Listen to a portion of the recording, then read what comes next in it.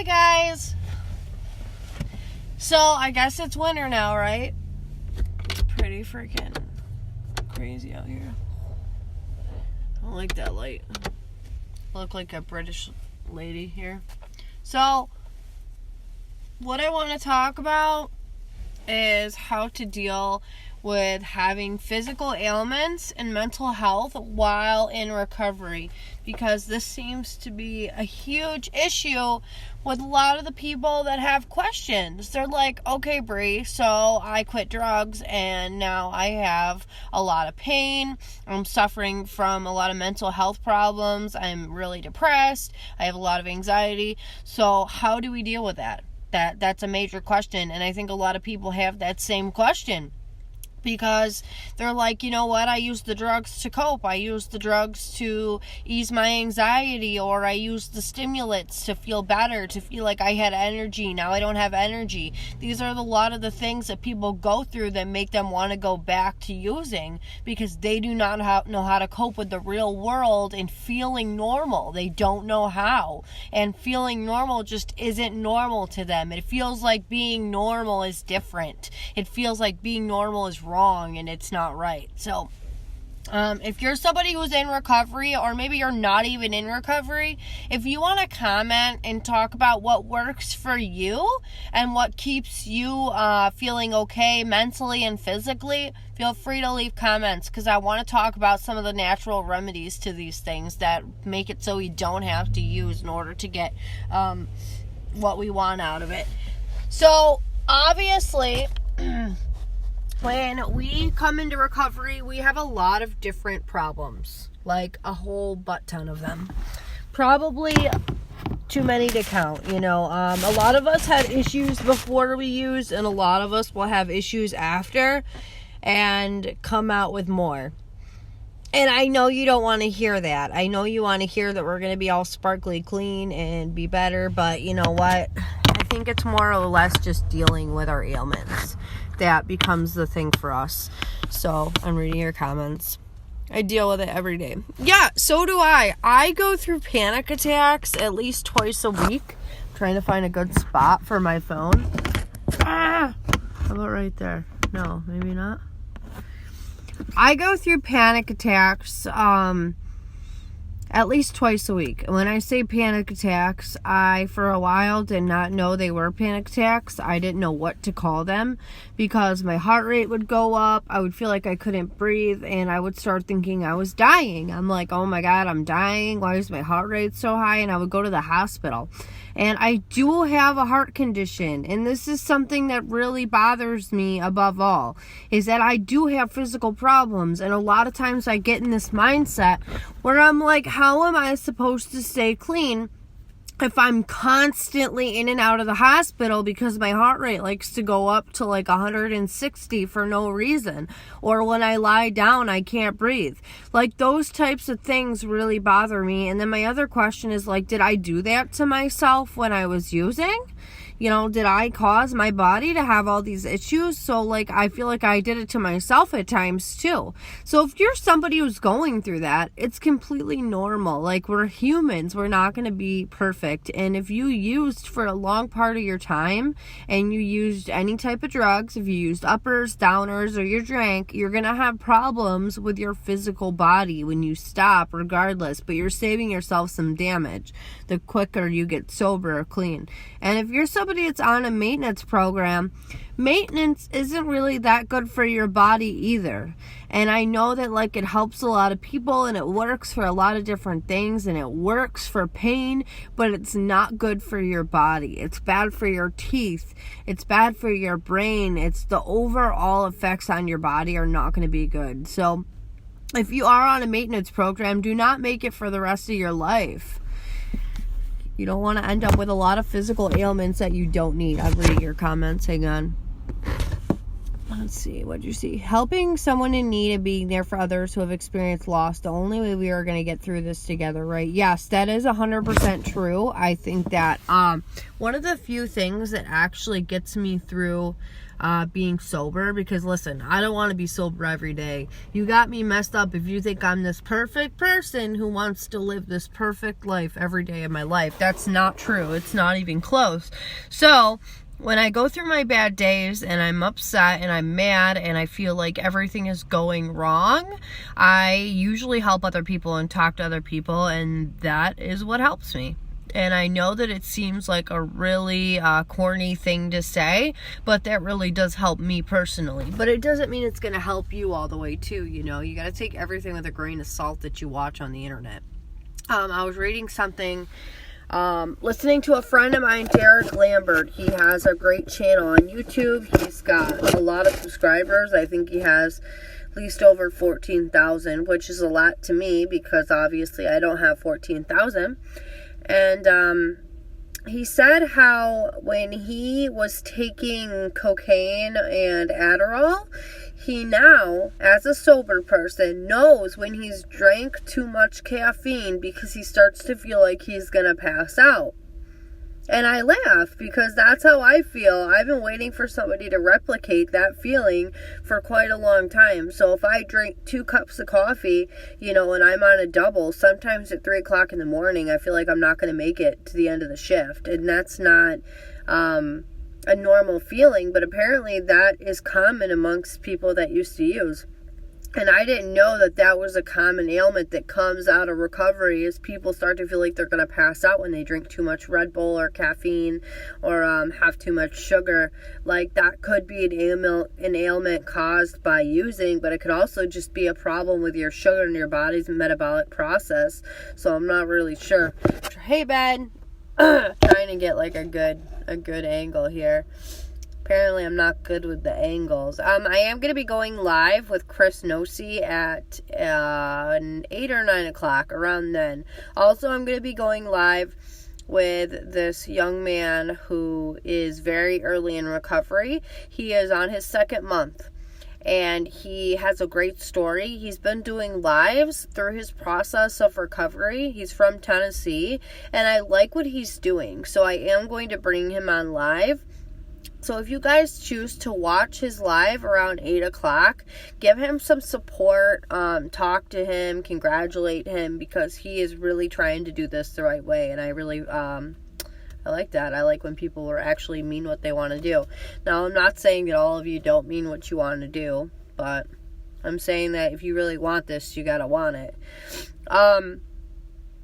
So let's talk about mental health and depression and anxiety. So how do we relieve that if we have that when we come into recovery? What do we do to make it better? What do we do to ease the pain? What do we do to ease the depression and the isolation and all those different feelings that we go through that are completely normal that we don't want to deal with? And where do we know when normal stops? That's the question. Where do we know where our depression is getting too dark or our isolation is getting to be too much? Where does that line stop us from being a normal person with depression or somebody that needs to go to get psychiatric help? Well, the first thing I'm going to tell you is if you think you need psychiatric help by any means, go get it. Okay, we're in a new generation where mental health is a big thing, and we need to worry about taking care of our mental health just as much as our physical health, if not more. Because mental health is very, very important when it comes to keeping yourself safe and happy.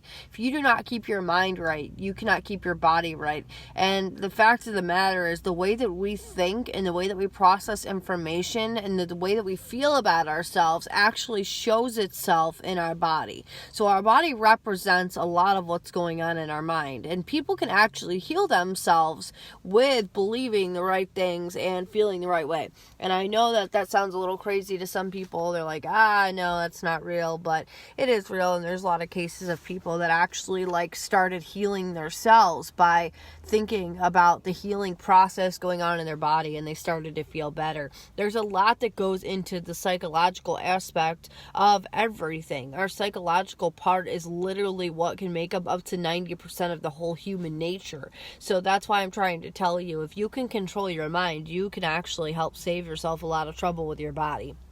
I'm trying to figure out a good spot. We're going to go right here. But I look like a goofy goober. I am at the gas pump. How'd you know? They're probably so mad at me because I've been sitting here for like 10 minutes. But guess what? I don't care because I'm a rebel and I'm a G. And I'm broke. And they can come sue me because they ain't got no money. Anyways, back to what I was saying. So, mental health. Okay, so if you have really bad anxiety, I'm going to give you some tips and tricks. I'm somebody who deals with high anxiety all the time. My mind is telling me 90,000 things at once. It is running to 40 different subjects. I am in 20 different countries. I am thinking about doing this and that at the same time, and my brain just loves to mess with me.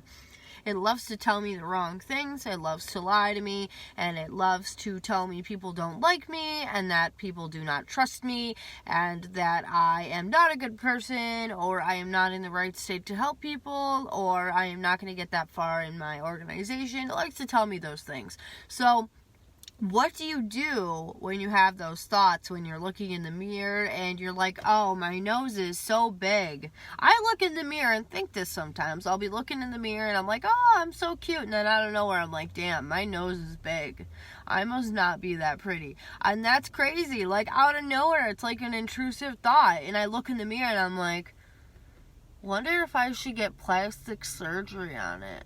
And I'm like doing this in the mirror. Like, would I be cuter if it was smaller? Like, I'm not joking. Those are the things that I think. No, I'm not driving on the right. It's the view is the opposite. So if we have those thoughts and we can't really control them, what do we do to take care of them? Well, you got to start with like breathing exercises. Don't laugh at me, but just deep breathing and getting your mind off of what comes into your brain is a big part of dealing with anxiety, and meditation. So if you're somebody who doesn't like the word meditation, it freaks you out, I'm going to tell you that a lot of the things you do actually could be meditation, but you're psyching yourself out.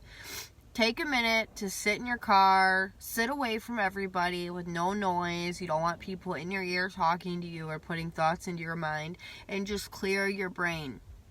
Count to 100 and breathe in and out every time you do a count. So do 1, 2, 3, and do that up to 100.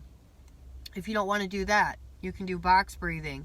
Box breathing. It's in for 1 count, up to 3. Hold it for 3. Release for 3. And then wait for 3 seconds and do it all over again. That's box breathing. I'm telling you, box breathing has helped me many times when I was having an anxiety attack, or felt like I couldn't go on, or I felt like I was going to die, or I was going to the hospital because something bad was happening. I'm crazy. You guys might not have figured it out yet, but I'm nuts. That's why I do this. That's why I don't care. That's why I openly discuss all these things to over 5,000 people on my Facebook, because I don't care. Okay? I just want to help people. And if I have a message that helps somebody, that's all I care about, to be honest. Not doing this for Facebook fame. Oh my God, I've heard that so many times. Somebody tried telling me that I do this because I use my dead sister as a pawn to get Facebook fame. Now listen, I'm just going to be honest here, guys. I do not need my dead sister to become Facebook famous. I am cool enough to become a part of the Facebook community without using my dead sister. I'm just putting this out there. Okay, she is gone. My sister is gone. That's important to me. That shaped the way I look at life. That shaped my future. That changed my perspective. That made my goal of talking to people a lot more incredible than maybe doing it down the road. So I did it earlier because of her. It made me feel like I needed to do that. So in that sense, yes, she helped me to commit to a goal, and she does help me and inspire me to do more, but that's it. It is what it is. I'm not rich. I don't get paid for this. I don't have some crazy life. Thank you, Josh. Josh Jacobo. I really wish I had this great whole life, though. Like, I don't have this amazing life. I just live a normal life. I go to work, and I work doubles, and I'm tired. I have anxiety, and I go home, and I sleep, and I try to see my daughter, but I don't see enough of her because I'm always working, and I got to go back to work. And that's the truth, is it's a rat race. My life is a rat race most of the time. You know, I'm going to work, coming home, going to work, coming home. I do a video. I have to get up in time to do an interview. I got to go to events, you know. It's not always fun and games. Yes, it's definitely something that I love doing, but it's hard, especially when, you know, I get paid and I take a trip somewhere and I go on a radio show or I speak to somebody important. And I do an interview, and it costs me, you know, a couple $100, and then I'm broke. Someone did put up a fundraiser for me, which was really cool. Terry Sweet did, which was really awesome, and I'm totally appreciative of that. I did not ask for that, and he put a fundraiser up for me, so that's very, very important to me, and I'm very thankful for him. Just the message is awesome and powerful. Yeah, I know. We just need more people to be honest with what they go through every day, because a lot of people lie about what's going on the inside of their brain, and I don't see why. Aren't we here to help each other? Like, aren't we alive for a reason? I mean, the fact that me, out of billions and billions of people, I am here in the flesh, alive. Shouldn't I do something with that? Like, that's just how I feel personally. Me having the time to use my life to help others is important. Where I feel like I could be dead or not be here or be somewhere else, and I'm here for a reason. So that's how I feel. And I feel that all of you are here for a reason as well. And I feel like if you do things that are in line with helping other people in your life's work, you will become happier. You will become a better person. You will love your life more. It will become not a job. It will become just what you love. That's it. Your passion will go into everything you do, and you will love your life more than you ever have before. And I think the key to overcoming addiction and anxiety and depression and all those different ailments, I think the key to it is finding something that you love, because you don't have to worry about those things anymore. I love this almost as much as I love doing drugs. Now, I'm going to tell you this. I'm probably never going to love anything as much as I love doing heroin. So it is what it is. But I definitely love this, and I love speaking to people, and I love helping them get away from it, because you know what? Things that we love that much, that's not normal. We're not supposed to love things like that, because that's addiction. That's the brain. That's the brain telling us things that may or may not be true, but we don't have to believe it. So I think it's very important that you understand some of addiction and our love for drugs just isn't realistic. It isn't real. We're not supposed to have a love like that besides for our children or for what we love to do. But it's true. So, like I was saying about anxiety, there's like box breathing. If you want to try essential oils, I use like lavender. I'm telling you, like, lavender has worked for me personally. And don't laugh, but it really has. Like, I put it in a diffuser and I let it squirt out into the mist, into the air, and it works. So for me, that's been the best thing that I did at some point, because I'm not a medicine person. I just don't really like medicine. So with that, you know, I don't like adding medications that I don't need. So the lavender diffuser definitely works. It takes a little bit, but it works. Splashing cold water on my face when I'm having an anxiety attack, that works over everything. I'm telling you that if I need to take a breath and I cannot breathe, splashing cold water on my face will get my breath back. That is the only thing that will help me to breathe, and it definitely works. And sometimes it doesn't work for a long time, but it works for the moment. No, I don't. But in that message, I think that there's a lot of different things that people don't understand, that if you have anxiety and you have depression, things like that, even things like subs, methadone, all those things, yes, they will help you. Yes, it will bring that down, but it won't work long term.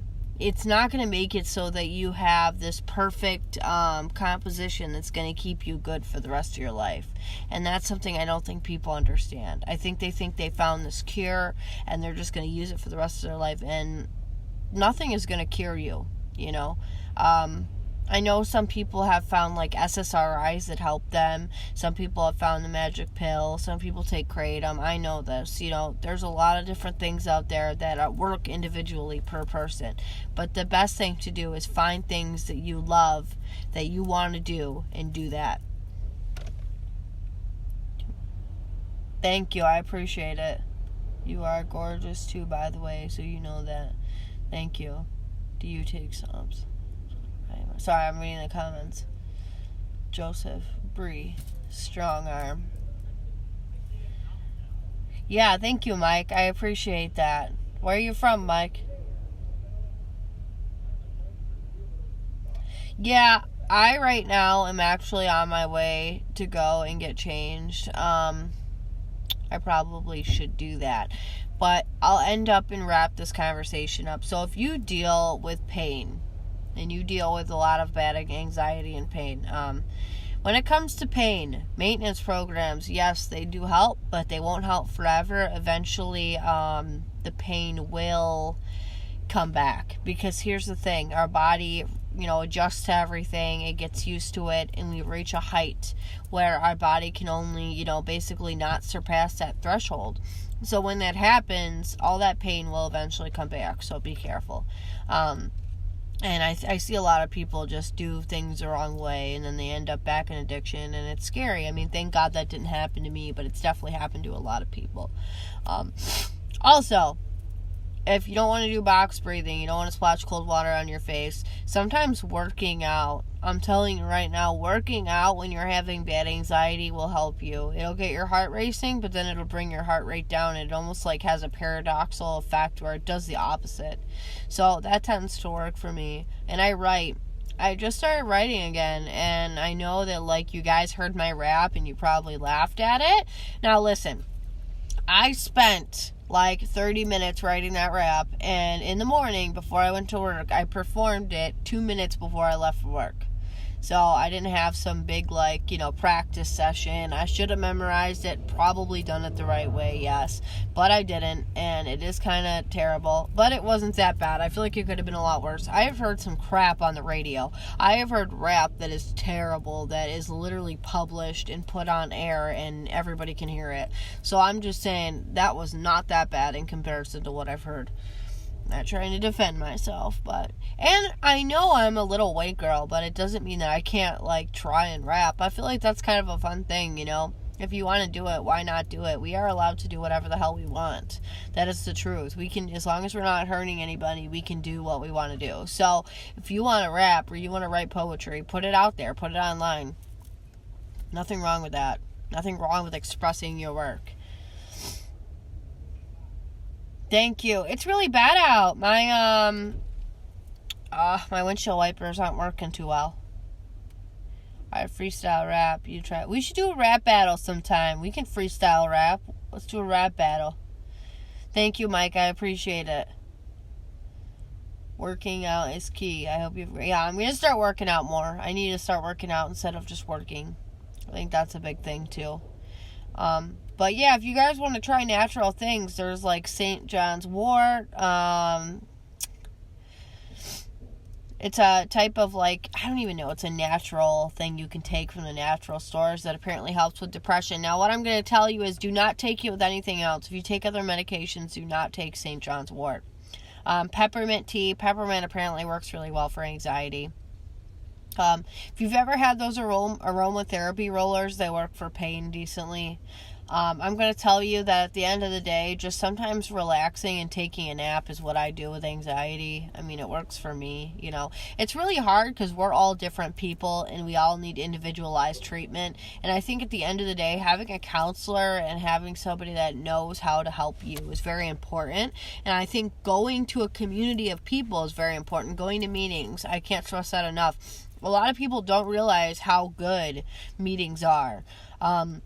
They definitely help people to find a place in themselves where they're in a community of people that are just like them.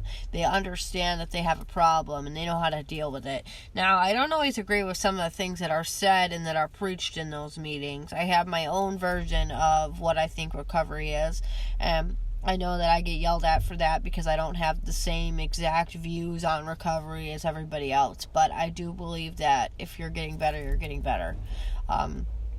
Basically, if you're trying, then you're recovering. If you are working towards getting better, you are recovering. If you quit doing a drug, you are recovering. If you had an unmanageable life because you were using a substance that was ruining your life, that was causing you to have problems in your relationships, it was causing you to miss work, you were late, you were taking trips out of your normal life to get this drug. If you were doing those things in order to maintain a substance abuse disorder and keep using, and you saw your life was going downhill, you saw you were having consequences, you saw your life was becoming affected, and you took that step to fix your life, then you are in fact in recovery, because a lot of people haven't even identified that they have a problem. A lot of people are prescribed medication and decide because they're prescribed they don't have a problem. But if they're running out of their way and they're double their dosing and they're running out every month and they're running back to their doctor and they're addicted and they're having problems in their life, then yes, they have a problem. And it's not going to be easy to come off it. It's not always going to be easy to detox. And that's where the risk and the reward comes in. But if your life is a mess, it doesn't hurt to take that step to get help. So if you are taking that step, even if you don't have an addiction, like a drug addiction, say you have an addiction to something else, you have an addiction to gambling or sex, or you are just kind of a person that doesn't promote the idea of good morals and you don't do all the best things in life, there's always a way to get better and become a better person. And that will ease your anxiety and depression too. I'm telling you, if you start working to do the right things in your life, you're going to see good things come back to you and the universe will work in your favor and things will go your way more. Do some praying. Write out a book. Start writing down your feelings. That's huge. You have to let yourself feel what you're feeling. If you don't let yourself feel things, how are you going to work through them? Because I'm telling you this, if you don't let yourself feel negative emotions, they add up together, they get together in this ball, and they wind up in the back of your brain, and then it gets worse, Then you have this huge problem that you have to deal with, and then that's it, Thank you. I have a lot of tattoos. I got this one, and then I got some here, I got some on my arms, I got lots of tattoos. I'm going to get another tattoo soon. Can you tell I'm still sick? Alright guys, I'm going to get going. I have a lot of stuff to do and I can't be sitting here at the pump. But I love you guys. Please follow Breaking Chains, the Whitney Project. Help me on this journey. If you want to donate, Terry Sweet did put up a donation thing for Breaking Chains. If you want a shirt, I do have a couple shirts left. I still have had trouble sending a couple of them out over the last week or two. So, it is what it is. But if you want to help out, go ahead and help out. I thank you enough. I do this out of my free time. I don't do it, for some great incentive. I don't get a lot from it. I just do it because it helps me. It helps me to feel better. It helps me to have less anxiety. Helps me to sleep better at night. But I have a lot of good people in my life that help that as well. Thank you guys and have a wonderful, blessed day. I pray it goes well. If you put out into the universe the things that you want tonight, they may come to you. So think about the things that you want, even if it means thinking about winning the lottery. Think about the things that you want to happen, the people you want in your life, and I guarantee things might go that way. Thank you. Have a great one.